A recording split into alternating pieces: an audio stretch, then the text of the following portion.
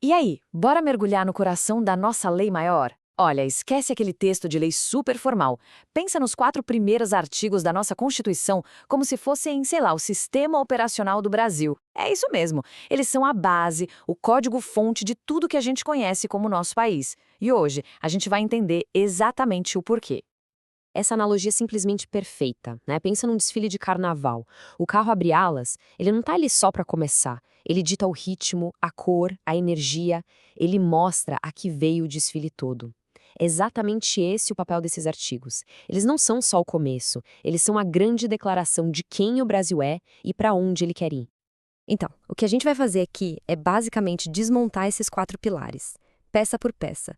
Para quê? Para entender de verdade os princípios que regem a nossa república.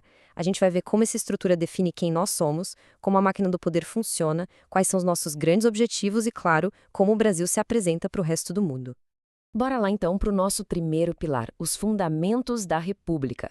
Aqui a gente está falando do artigo 1º. Pensa nele como a certidão de nascimento do Brasil moderno. É aqui que está escrito quem a gente é, quais são os nossos valores mais importantes. É o nosso cartão de visita, sabe?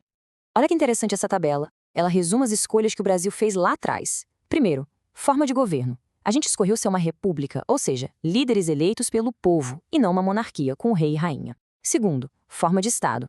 Somos uma federação com estados que têm lá sua autonomia. Mas, e aqui tem um ponto importantíssimo, a união é indissolúvel. O que isso quer dizer na prática? Que nenhum estado pode simplesmente decidir, cansei, vou virar um país separado. Isso não pode. Tá, mas essa república toda se apoia em quê?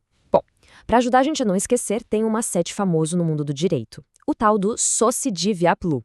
Parece estranho, mas é super útil. Cada pedacinho é um fundamento. Vamos lá. SO de soberania. CI de cidadania. DI de dignidade da pessoa humana, que é um dos mais importantes. VA de valores sociais do trabalho e da livre iniciativa. E por último, PLU de pluralismo político. São esses os 5 pilares que sustentam tudo. E para ninguém achar que dignidade da pessoa humana é só uma frase bonita no papel, olha só o impacto disso na vida real. Esse princípio, ele gera consequências práticas. Por exemplo, é por causa dele que o STF restringiu o uso de algemas, para evitar humilhação. É ele que garante banho quente para detentos em lugares frios. E é ele que permite que pessoas trans possam mudar o nome e o gênero nos documentos, mesmo sem cirurgia. Isso mostra como a Constituição mexe com o dia a dia de todo mundo. Beleza, já entendemos a identidade do Brasil. Agora vamos para o segundo pilar, a máquina dos poderes. É aqui, no artigo 2º, que a gente entende a engenharia por trás do Estado. Pensa bem. Como é que se organiza um poder tão grande para que ninguém abuse, para que nenhuma força vire absoluta? A resposta está num conceito clássico. Na famosa teoria de Montesquieu's freios e contrapesos. A ideia por trás disso é genial de tão simples.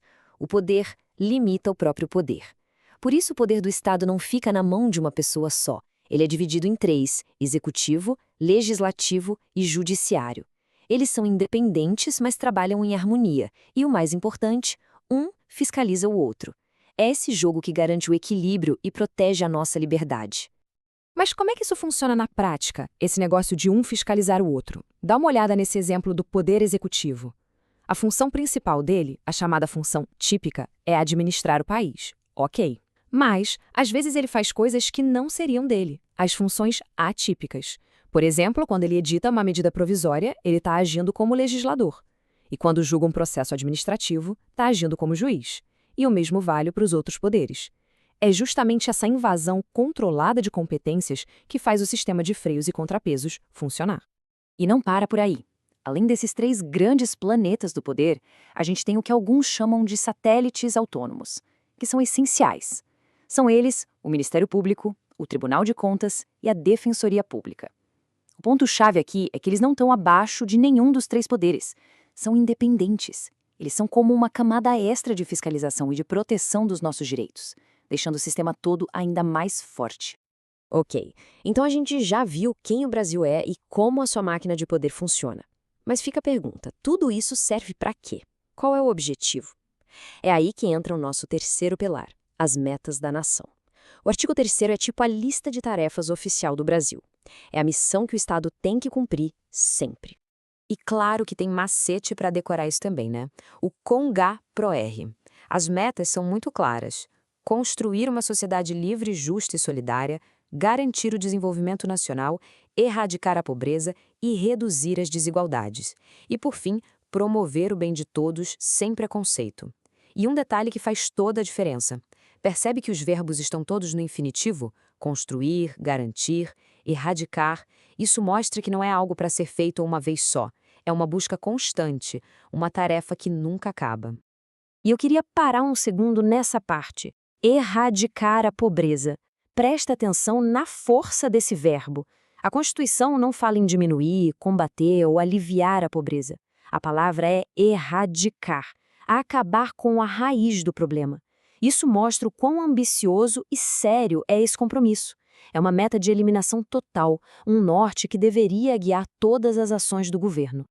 Bom, já temos a nossa identidade, a nossa estrutura de poder e as nossas metas. Falta uma peça nesse quebra-cabeça. Como o Brasil se posiciona lá fora no cenário mundial. É isso que o nosso quarto e último pilar vai mostrar. O artigo 4º é a nossa bússola nas relações internacionais. Ele define as regras do jogo para a nossa política externa. E um ponto que sempre gera confusão, mas é super importante, é a diferença entre asilo político e refúgio. Vamos simplificar. O asilo político é uma decisão do Estado, é uma escolha, um ato que a gente chama de discricionário, e é só para perseguição política. Já o refúgio é diferente, o escopo é muito maior, vale para vários tipos de perseguição e não é uma escolha do Estado. Se a pessoa preenche os requisitos da lei, o Brasil tem o dever de acolher. É um ato vinculado. Essa é a grande diferença.